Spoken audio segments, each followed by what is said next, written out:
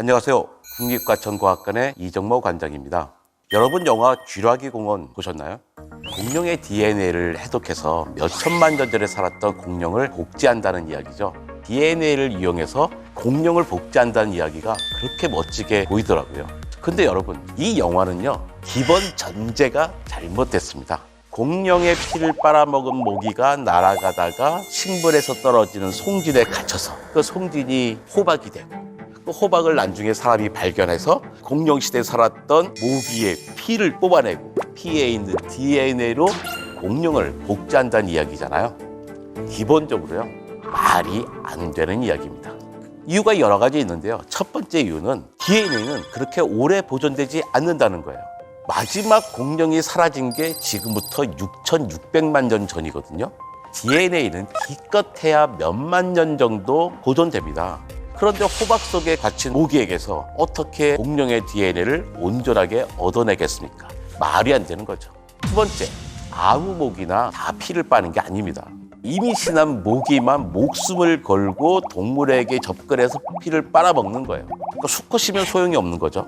또 암컷 모기라고 하더라도 한 종류의 공룡의 피만 빨아먹지는 않았을 거잖아요.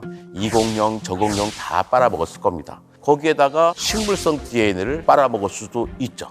이렇게 마구잡이로 섞여 있는 DNA에서 어떻게 특정한 공룡의 DNA를 뽑아내서 새로운 공룡을 만들어낼 수 있겠습니까? 세 번째는요, 더 결정적인데요. 대부분의 공룡은 모기에게 물려볼 기회도 없었다는 거예요. 중생 때는 제일 아래 트라이아스기가 있고 그 위에 쥐라기, 그 위에 백악기가 있습니다. 공룡은 트라이아스기 후반에 등장해서 쥐라기와 백악기에 번성하죠. 쥐라기가 시작하는 시점이요, 한 2억만 년 전이에요. 백악기는 1억 4,500만 년 전에 시작해서 6,600만 년 전에 끝나죠. 그런데 모기는 대략 8천만 년 전에 등장합니다. 그러니까 최후의 순간을 살았던 공룡들만 모기에게 물려볼 기회가 있었던 거예요.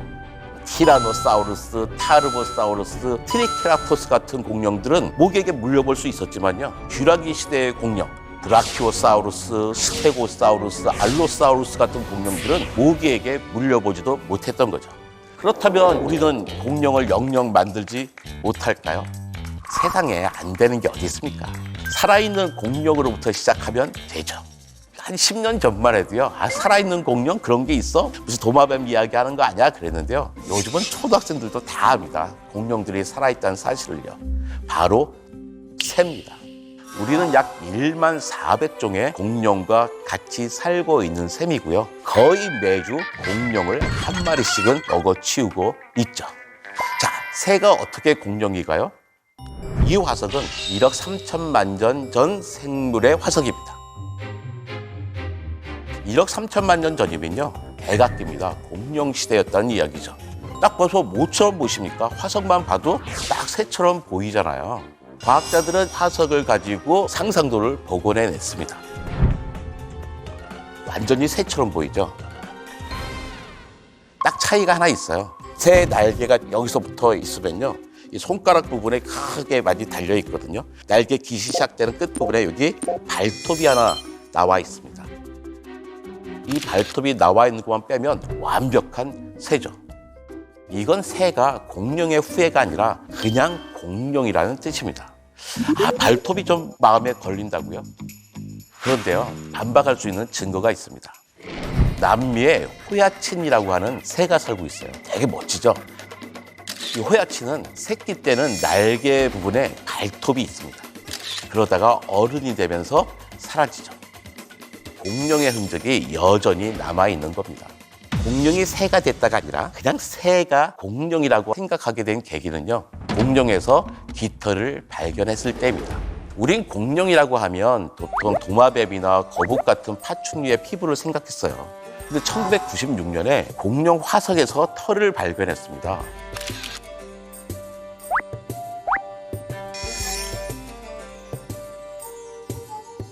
근데 충격적이었죠. 예전에도 그런 털이 있는 공룡 화석을 갖고 있었지만 공룡에게는 털이 있다고 배운 적이 없다 보니까 자기가 가지고도 그렇게 생각하지 못했던 거죠. 그래도 못 믿는 사람들이 있습니다. 야, 이건 있잖아, 털 화석이 아니라 그냥 화석의 피부 부분이 좀 문드러진 거 아니야? 라고 의심하는 사람들이 여전히 있었던 거죠. 그런 사람들을 위한 증거도 또 나와 있습니다. 2014년에 미얀마에서 발견된 호박입니다. 이 호박을 보면 개미도 보이고요. 꼬리 같은 게 보이잖아요. 저게 바로 공룡의 꼬리입니다. 공룡의 꼬리를 자세히 보니까 털이 달려 있는 거예요. 이제는 어떻겠습니까? 이제는 의심하는 사람이 없습니다. 공룡에게는 깃털이 있었던 거죠. 근데 진화 과정을 보니까요, 공룡의 깃털도 계속 변합니다. 처음에는 솜털처럼 생겼다가 점차 깃털 모양으로 바뀌게 되는 거예요. 그림에서 노란색, 빨간색, 초록색의 깃털과 파란색 깃털은 확실히 다르죠. 바로 대칭성입니다. 다른 깃털은 깃가지를 중심으로 양옆이 대칭적이에요. 깃털이 대칭이란 이야기는 이 깃털을 가진 동물은 날지 못했다는 겁니다. 날려면 비대칭성이 필요하거든요. 근데 공룡 시대의 끄트머리에 보면 비대칭 깃털을 가진 공룡이 등장합니다. 그럼 날지도 못하는 깃털을 어디에 썼을까요? 잘 모르겠으면요, 지금 살고 있는 생물들에게서 그 힌트를 찾습니다. 타조는 날지 못하지만 깃털을 가지고 있잖아요. 깃털 갖고 뭐 하냐면 알을 품습니다. 새끼들과 같이 나갈 때 날개를 들어서 그늘을 만들어주기도 하죠. 더 중요한 게 있습니다. 바로 짝짓기입니다. 공작의 수컷은 화려한 깃털을 자랑합니다. 그런데요, 이 깃털은 나는 데 쓰는 게 아니에요. 날 때는 이 깃털은 오히려 방해만 됩니다. 이 깃털의 쓸모는 따로 있습니다. 멋지잖아요. 활짝 펼치면. 꼬리에 무늬가 크고 화려하고 선명한 개체를 암컷이 좋아합니다. 아마 공룡도 그랬을 거라고 과학자들은 생각하고 있습니다. 이런 식입니다. 공룡 수컷이 암컷 앞에 와서 깃털을 자랑하면서 춤을 추면서 내 깃털이 이렇게 화려하다는 이야기는 내 유전자가 뛰어나다는 거야. 우리 짝짓기 하자고 호소를 하는 겁니다. 그런 식으로 공룡들도 춤을 추지 않았을까라고 또 과학자들은 상상해 봤습니다. 2016년 임정덕 박사님과 그의 동료들이 구애춤을 추는 공룡 화석을 발견했다 하는 논문을 발표했습니다. 그런데 이 흔적은요, 수컷이 암컷 앞에서 두 발로 땅을 넓게 깊게 파서 야, 나는 알을 잘 지킬 수 있어 라고 호소하는 거죠. 이 친구의 이름이 아크로칸토사우루스입니다. 아크로칸토사우루스 보고 싶지 않으세요? 볼 수 있는 곳이요, 전 세계 2군데 있습니다. 한 군데는 미국 오클라호마 이다벨에 있는 레드리버 박물관이고요. 서울시 서대문구 연희동에 있는 서대문 자연사 박물관이죠. 거기 가면 아크로칸토사우루스를 볼 수 있습니다. 구애춤을 췄던 바로 그 공룡이죠. 새는 알을 품고 새끼를 돌봅니다. 근데 알을 낳는 다른 동물들도 그러나요? 파충류가 알을 품고 새끼를 돌본다는 이야기는 못 들어보셨잖아요. 그런데요, 공룡은 그러지 않았습니다. 바로 공룡 둥지 화석입니다. 알만 모여 있는 게 아니라 새끼들이 있는 겁니다. 공룡 새끼들이 모여서 뭘 하고 있는 걸까요? 먹을 걸 가지고 오는 어미를 기다리고 있는 겁니다. 바로 새처럼요. 알을 품고 있다가 묻힌 후야난 사우루스 화석도 있습니다. 마치 새처럼 품고 있는 모습이죠. 이런 화석 증거는 공룡 어미가 새끼를 양육했다는 것을 보여주고 있습니다. 누구처럼요? 바로 새처럼입니다. 새와 공룡의 뼈는 공통점이 많습니다. 여러분 프라이드 치킨 먹으면서 이렇게 생긴 Y자로 생긴 뼈 보신 적 있습니까? 차골이라고 하는 뼈입니다. 가슴에 있거든요. 그래서 프라이드 치킨은요, 백날 먹어봐야 이 뼈를 보지 못합니다. 프라이드 치킨은 딱 대칭으로 자르잖아요. 이 차골을 보고 싶으면 삼계탕을 드시면 보실 수 있습니다. 이 차골에는 날개 쪽으로 근육이 붙어 있는 거예요. 새에게 있는 아주 특징적인 뼈죠. 그런데 이 차골이요, 공룡에게도 있습니다. 새와 공룡의 또 다른 공통점이라고 할 수 있습니다. 타조의 무릎을 하나 보세요. 사람 무릎과 다른 점이 있죠. 우리 사람의 무릎은 앞으로 굽혀지잖아요. 근데 타조의 무릎은 뒤로 굽혀지는 것처럼 보이죠. 근데 사실은요, 이게 무릎이 아닙니다. 발목입니다. 우리 발목이 뒤로 꺾여 있듯이 뒤로 꺾여 있는 거예요. 다른 공룡도 마찬가지인데요. 무릎이 뒤로 꺾인 것처럼 보이지만 사실 저게 무릎이 아니라 발목이고요. 무릎은 새처럼 거의 몸통에 붙어 있죠. 새와 공룡은 공통점이 정말 많지 않습니까? 차골이 있고 다리뼈 모습도 비슷하고 깃털이 있고 구애춤을 추고 알을 품고 새끼를 양육했습니다. 공룡은 다른 파충류보다 오히려 새와 훨씬 가깝죠. 이 정도 이야기를 했으면 새가 공룡이란 걸 인정하시겠죠? 근데 새가 공룡이라면 새를 가지고 영화에 나오는 공룡을 만들 수 있지 않을까라고 생각할 수 있죠. 그런데 새에게는 이빨이 없습니다. 이빨이 있는 턱 대신 부리가 있을 뿐이죠. 근데 우리가 알고 있는 공룡들은 턱과 이빨이 있잖아요. 새는 턱과 이빨이 없고 부리가 있고. 그래서 실험을 해봤습니다. 이 그림에서 왼쪽에 있는 것은 닭이고요. 오른쪽은 악어입니다. 새를 보시면 턱 대신 뾰족한 부리가 있고요. 악어는 턱이 있죠. 근데 턱은 가운데가 싹 갈라져 있습니다. 그런데 닭에게서 이빨이 발생하지 못하게 하는 유전자를 발견했어요. 그래서 이 유전자를 꽉 막았습니다. 그 개알을 키웠더니 이런 식이 되는 거예요. 가운데처럼. 어떻게 보이십니까? 거의 가운데가 갈라진 턱이 생겼잖아요. 그렇다면 이빨도 생겼을까요? 이빨이 그 안에서 발생했어요. 여러분 참 대단하죠? 그리고 윗팔뼈는요, 뼈이 하나가 되어 있습니다. 아랫팔은 뼈가 2개. 다리뼈도 위쪽엔 다리가 하나고 아래쪽엔 다리가 2개입니다. 하나는 정강이뼈고 하나는 종아리뼈인데요. 모든 척추 동물들은 다 똑같아요. 근데 종아리뼈를 볼까요? 공룡은 종아리뼈가 정강이뼈와 길이가 비슷합니다. 근데 닭은요, 종아리뼈가 정강이뼈에 비해서 상당히 작은 거예요. 근데 이것도 유전자를 조작했더니 종아리뼈가 정강이뼈 길이만큼 나오게 된 겁니다. 닭의 다리를 공룡의 다리로 만들 수 있었던 거죠. 부리가 있는 새로 턱과 이빨이 있는 새를 만들고 종아리뼈가 정강이뼈처럼 길게 만들 수 있습니다. 이 얘기는 뭐냐면 새로 공룡을 만들 수 있다는 이야기죠. 그런데 왜 이런 공룡을 전 세계 어느 동물원에서도 보지 못할까요? 과학자들은 자기 마음대로 연구하는 게 아니기 때문입니다. 모든 연구소에는 윤리위원회 같은 게 있어서요. 사회가 허락하는 것까지만 연구할 수 있습니다. 이 사회는 공룡들이 막 나다니는 것을 용납하지 않습니다. 또 우리가 굳이 그런 공룡을 억지로 만들 필요도 없어요. 우리는 이미 14,400종의 공룡과 함께 살고 있기 때문입니다. 없는 공룡 만들려고 애쓰지 말고 있는 동물들이나 잘 지킵시다 드리겠습니다.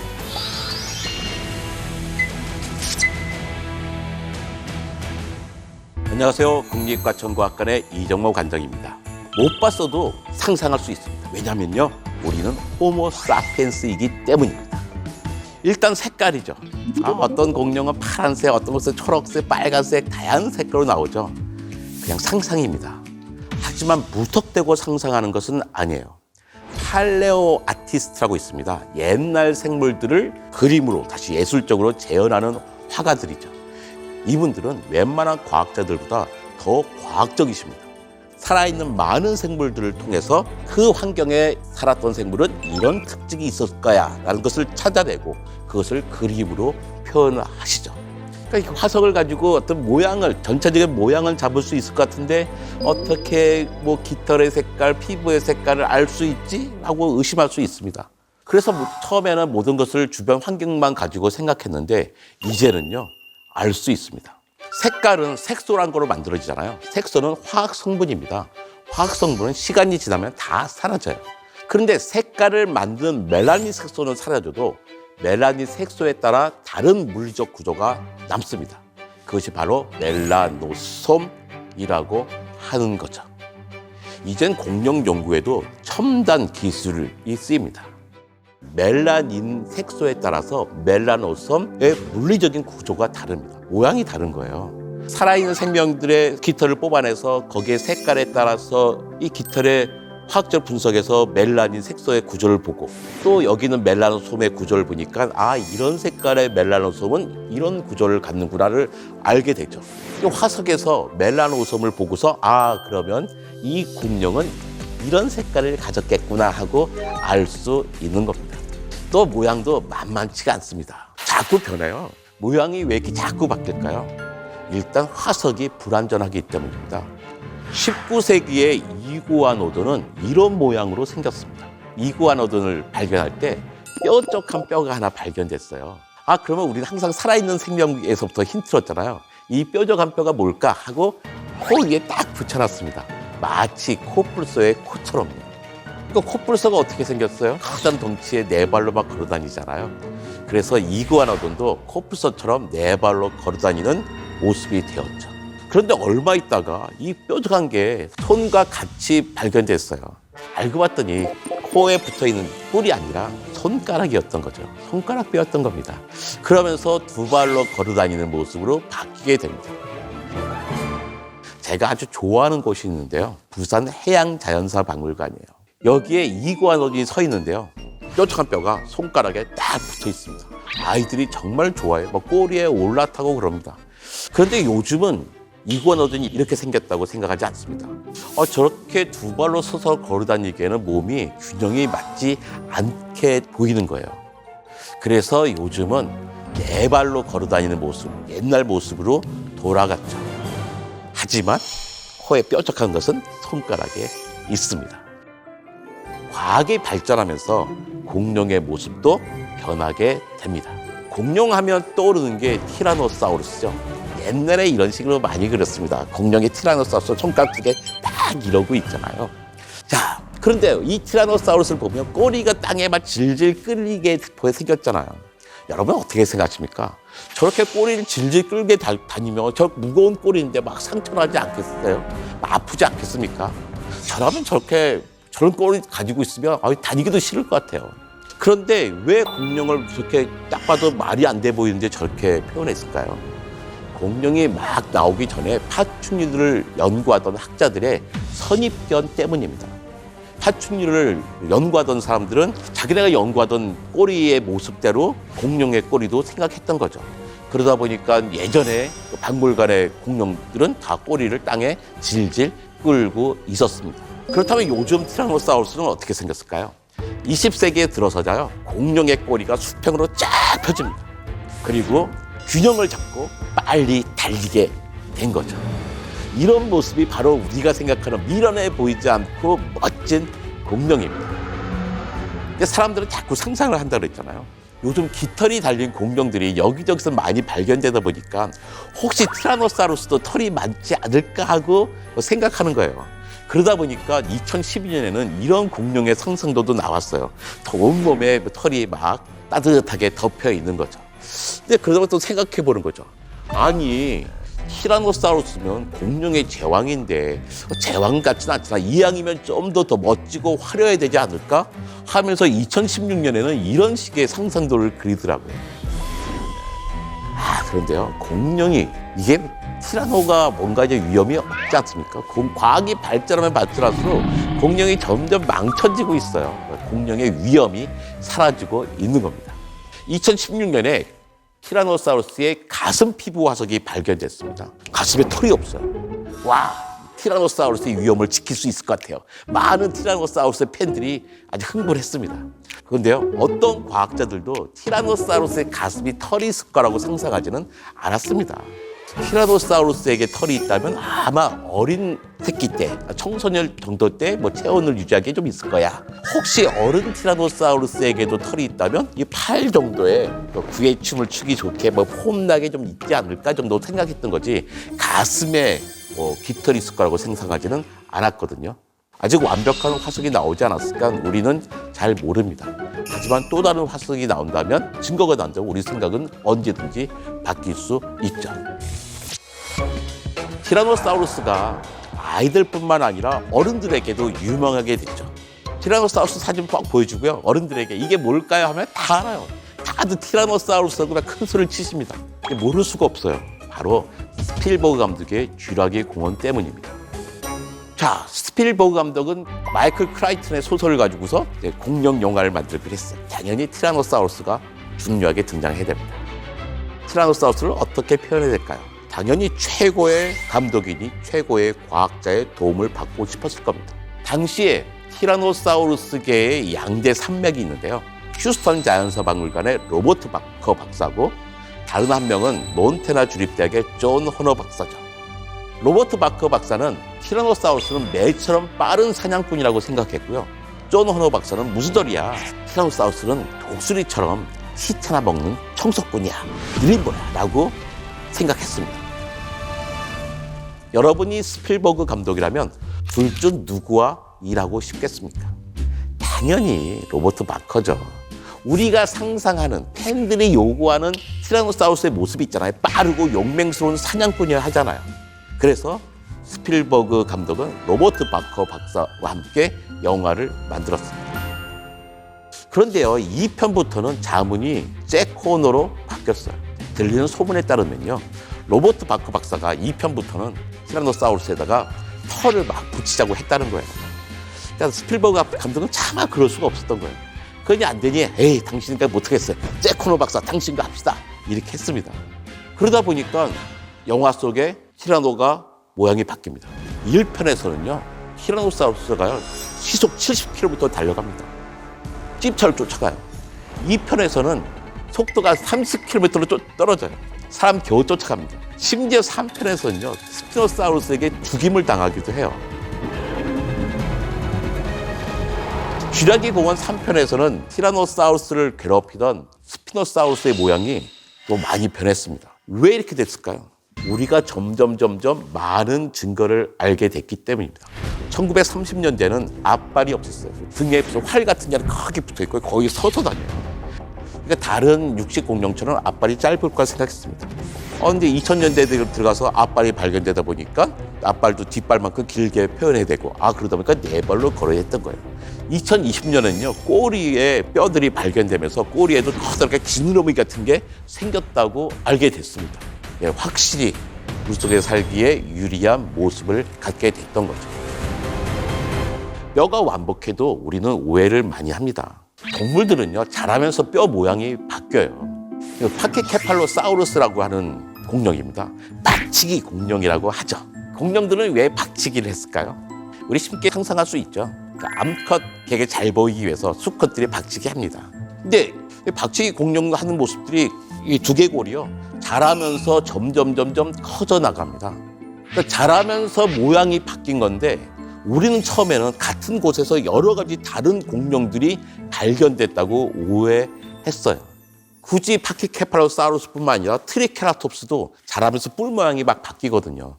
처음에 그게 다른 종인 줄 알았는데 알고 봤더니 자라면서 모양이 바뀌는 거였던 거죠. 자, 데이노케이루스입니다. 1977년에 상상도예요. 너무나 좀 괴물처럼 생기지 않았어요? 우리가 생각하는 공룡들과는 차원이 너무 다르잖아요. 이렇게 팔만 어마어마하게 강조가 돼 있습니다. 이유가 있어요. 처음에는 앞발만 발견됐거든요.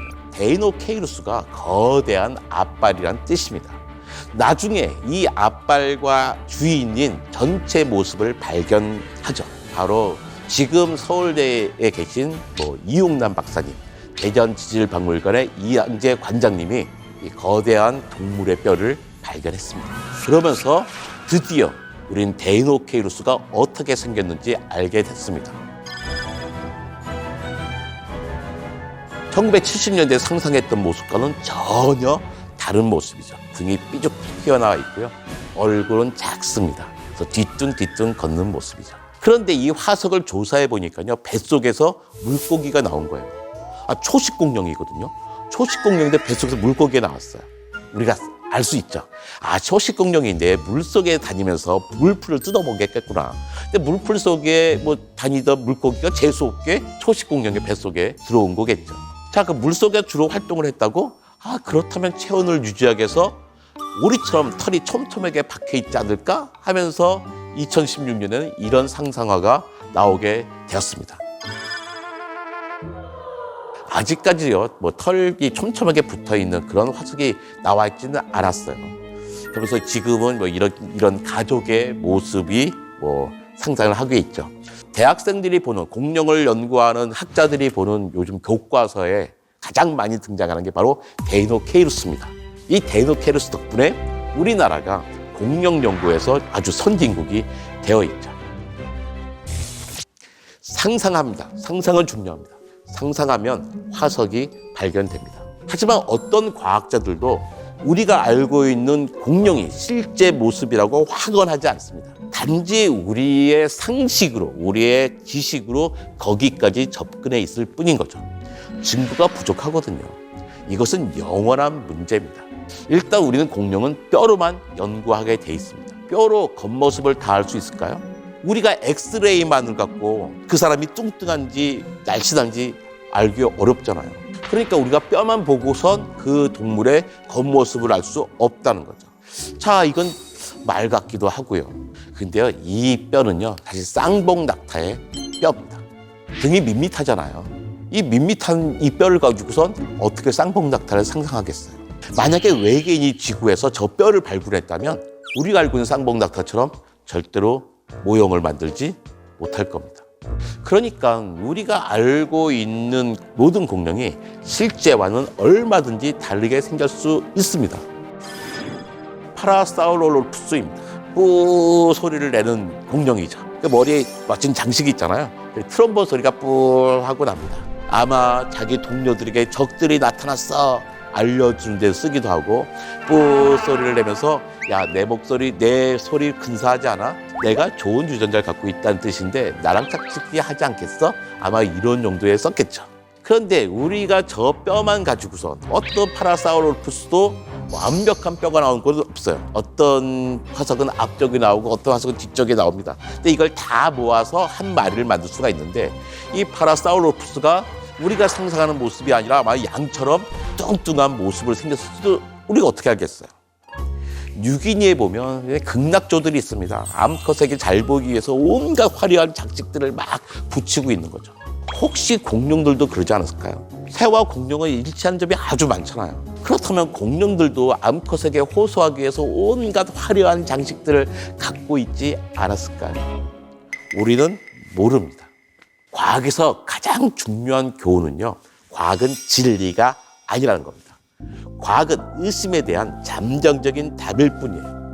과학은 틀리는 것에 대한 두려움이 없어요. 왜? 과학은 끊임없이 변화하는 것이기 때문입니다.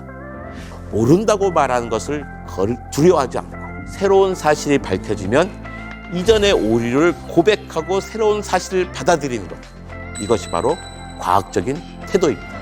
공룡이야말로 과학적인 태도가 아주 절실한 분야죠. 우리가 제대로 아는 게 없기 때문입니다.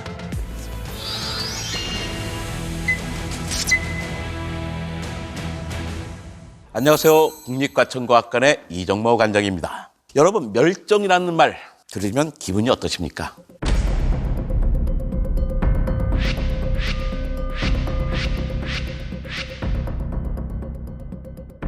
설마 멸종이라는 말 듣고서 아우, 나는 가슴이 훈훈해졌어, 명랑해졌어, 이런 분들 안 계시겠죠?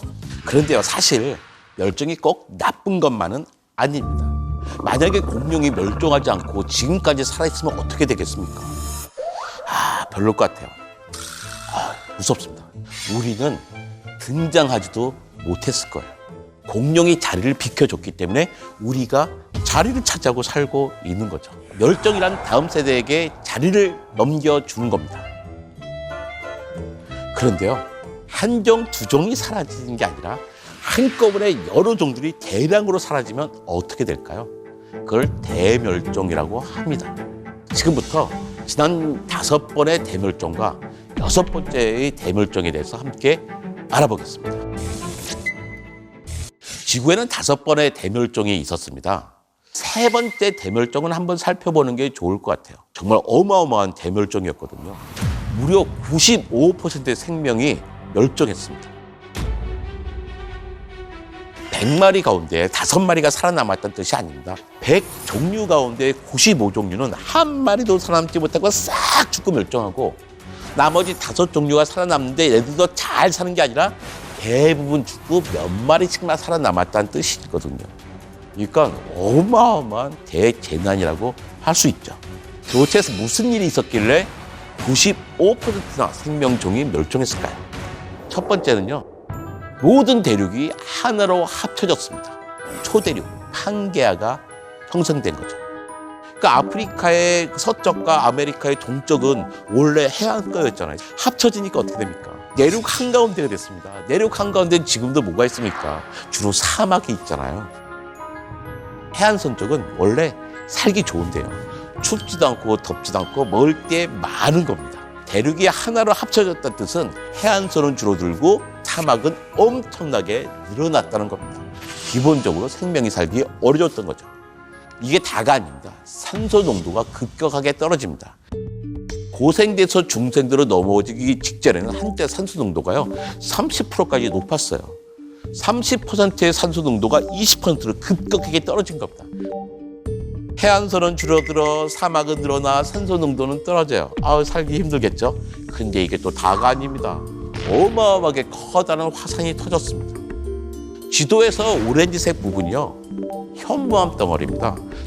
제주도 가면 보는 까만 돌덩어리 있잖아요. 화산암입니다. 화산이 저렇게 터진 거예요. 100만 년 동안 화산이 터졌어요. 두께가 400m에서 3km 정도 됩니다. 한라산 높이가 1950m잖아요. 그러니까 대략 한라산 높이의 현무암 덩어리가 유럽 28개국 크기만큼 있는 거예요. 얼마나 많은 화산이 터졌다는 이야기입니까? 그런데 저기 아프리카나 남아메리카에 살았던 친구들은 거기서 무슨 일 하는지 몰라요. 하지만 슬금슬금 자기 생명체들이 죽어 나갑니다. 화산에서 여러 가지 가스가 나옵니다. 이산화황이 터져요. 이산화황 가스는 지구를 일시적으로 냉각시키면서 해수면을 낮춥니다. 바다 생명체가 살기 어렵겠죠. 또 이산화황과 염소, 불소 이런 건 산성 물질이었잖아요. 산성비가 내리면서 바다를 산성화시킵니다. 이산화탄소도 나오는데 이산화탄소 역시 바다를 산성화시키는 겁니다.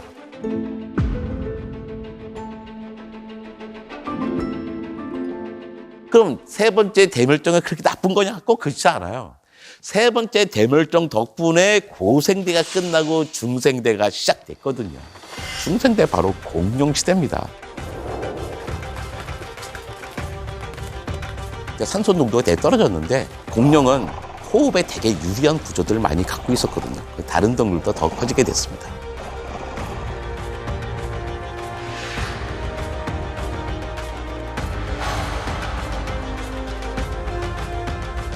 제가 옛날에 학교에서 배울 때는요, 공룡 멸종에 관한 이론이 100가지도 넘었습니다. 정말 그럴싸한 이론이 하나도 없다는 거죠. 고만고만한 것들이 많다는 겁니다. 그런데 윌터 알바레즈와 루이스 알바레즈 부자가 1979년에요. 이리듐이 극도로 많은 지층을 발견했습니다. 이 이리듐은 지구에 별로 없는 원소거든요. 소행성에 많은 거예요. 근데 이 지층이 전 지구에 골고루 분포되어 있습니다. 그 지층의 시대를 따져보니까 지금부터 딱 6,600만 년 전인 거예요. 그러면 과학자들은 어떤 상상을 해야 될까요? 6,600만 년쯤 전에 이리듐이 잔뜩 있는 운석이 지구에 꽝 충돌했겠구나 하는 거죠. 짐작해서 머물면 안 되는데요.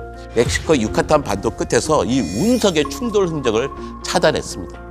계산해 보니까 지름 10km짜리 운석이 주위에 꽝 충돌했다는 거죠.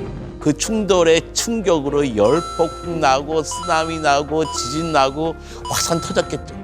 그 당시에 육상에서는 공룡뿐만 아니라 고양이보다 커다란 모든 동물들은 다 사라졌다. 다 누구나 아는 이야기입니다. 그런데 최근에는 이게 다가 아니라 더 중요한 사실은 따로 있다는 게 밝혀졌습니다. 2021년 6월 달에 네이처 커뮤니케이션에 나온 논문인데요. 이런 거예요. 운석이 꽝 붙기 전에 이미 공룡의 멸종은 시작됐다는 겁니다.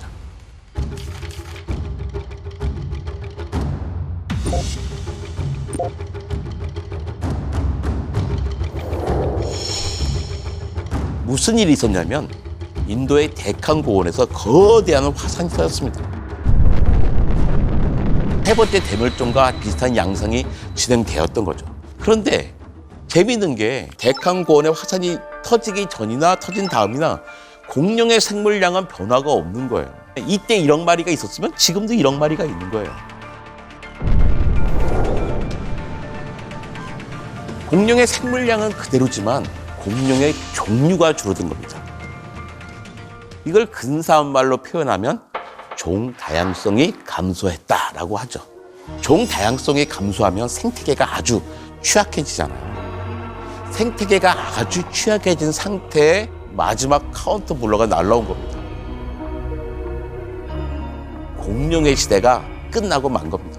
뭐 아주 슬프기만 한 일은 아닙니다. 그 덕분에 지금 우리가 살고 있으니까요. 그런데 여기서 아무것도 배우지 못한다면 우리가 끝나게 됩니다. 6번째 대멸종이란 말 많이 들어보시잖아요. 바로 지금입니다. 아니 뭐 요즘 뭐 매일 하나씩 없어지는 게 아닌데 무슨 대멸종이라고 그래. 지난 5차례 대멸종도 그랬습니다. 마치 서서히 달궈지는 냄비에 담긴 개구리처럼 자기도 모르는 사이에 대멸종이 일어나는 거죠. 새를 포함한 육상의 척추동물 모든 생물 양을 딱 따져보면요. 10,000년 전에는 99.9%가 야생동물이었어요. 인간과 가축은 0.1%밖에 되지 않았습니다. 지금은 99.9%에 달했던 야생동물은 3%로 줄어들었고요. 0.1%밖에 안 됐던 인간과 가축은 97%나 됐습니다. 생물량은 똑같아요. 10,000년 전이나 지금이나. 차이가 뭘까요? 다양성이 줄어든 겁니다. 인간과 가축이 97%인데 그 가운데 32%가 인간이고 65%가 가축이거든요. 여러분 얼른 머릿속으로 따져보세요. 내가 알고 있는 가축이 몇 가지나 되나요? 32% 인간 몇 종류입니까? 딱 한 종류입니다. 뭐가 생각나십니까? 바로 공룡의 멸종, 5번째 대멸종이 생각나시죠? 지금 상황이 딱 그렇습니다. 생명 다양성이 급격하게 떨어진 상태입니다. 한 방이면 끝나는 거죠. 그렇다면 그 한 방이 뭘까요? 바로 온도입니다. 이산화탄소가 많아져서 생긴 이상기후죠. 지구가 정말로 더워졌습니다. 제가 장인어른 모시고 사는데요. 어느 날 장인어른이 그러시더라고요. 아, 이서방, 내가 예전에는 에어컨 없이도 잘 살았는데 이제는 못 살겠어. 그러세요. 1950년대부터 80년까지 30년대 평균 기온은 요즘으로 치면요, 시원한 날이에요. 30년 동안에는 에어컨을 켜야 되는 극단적인 날이 며칠 되지 않았는데요. 지금은 엄청나게 많습니다. 저희 장인어른이 기력이 떨어진 게 아니라 지구가 더워진 겁니다. 제가 2019년 가을부터 호주를 대각선으로 여행한 적이 있어요. 목적지는 퍼스지만 퍼스까지 곧장 가지 않고 굳이 케언스까지 간 이유는요. 대산호초를 보기 위해서였어요. 평생의 꿈이었거든요. 너무나 아름답게 산호가 출렁이는 그런 모습을 상상하고 갔는데 제가 가서 본 모습은 이런 거예요. 싹 다 죽어 있습니다. 충격이었습니다. 산호의 역할은 바다에 녹는 이산화탄소를 제거하는 게 산호의 사명인데 이산화탄소가 너무 많다 보니까 산호마저 죽어버렸어요. 바다가 산성화되니까 산호가 죽은 겁니다. 2015년 1월 1일부터 12월 31일까지 태어난 친구들이 올해 학교에 들어갑니다. 이 친구들이 살았던 해를 따져볼까요? 2015년, 16년, 17년, 2018년, 2019년, 2020년, 2021년. 올해 초등학교에 들어가는 아이들이 살았던 7년은 1880년 기후를 측정한 이후 가장 더운 7년을 살았던 친구입니다. 그중에 2년은 마스크를 쓰고 살았죠. 정말 힘든 시기를 살았던 친구입니다. 올해 대학에 들어간 친구들은 있잖아요. 가장 더운 20년을 살아낸 친구들입니다. 우리는 급격하게 기온이 올라가고 있는 것을 확인하고 있는 거죠.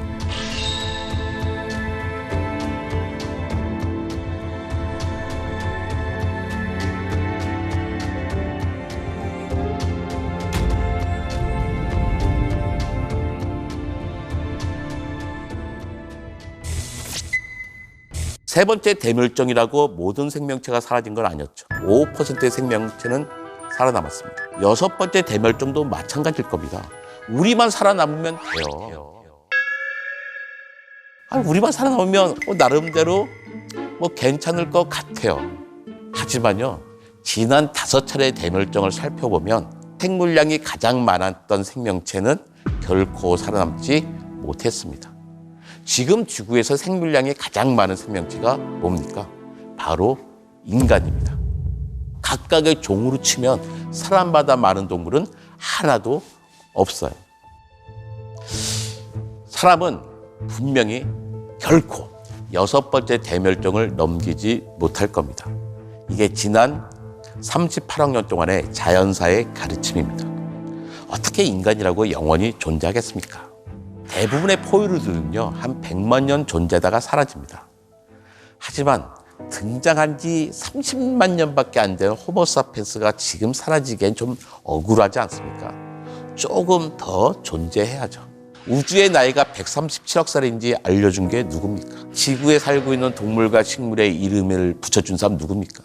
꽃이 예쁘다는 걸 누가 알려줬습니까? 우리 호모 사피엔스입니다.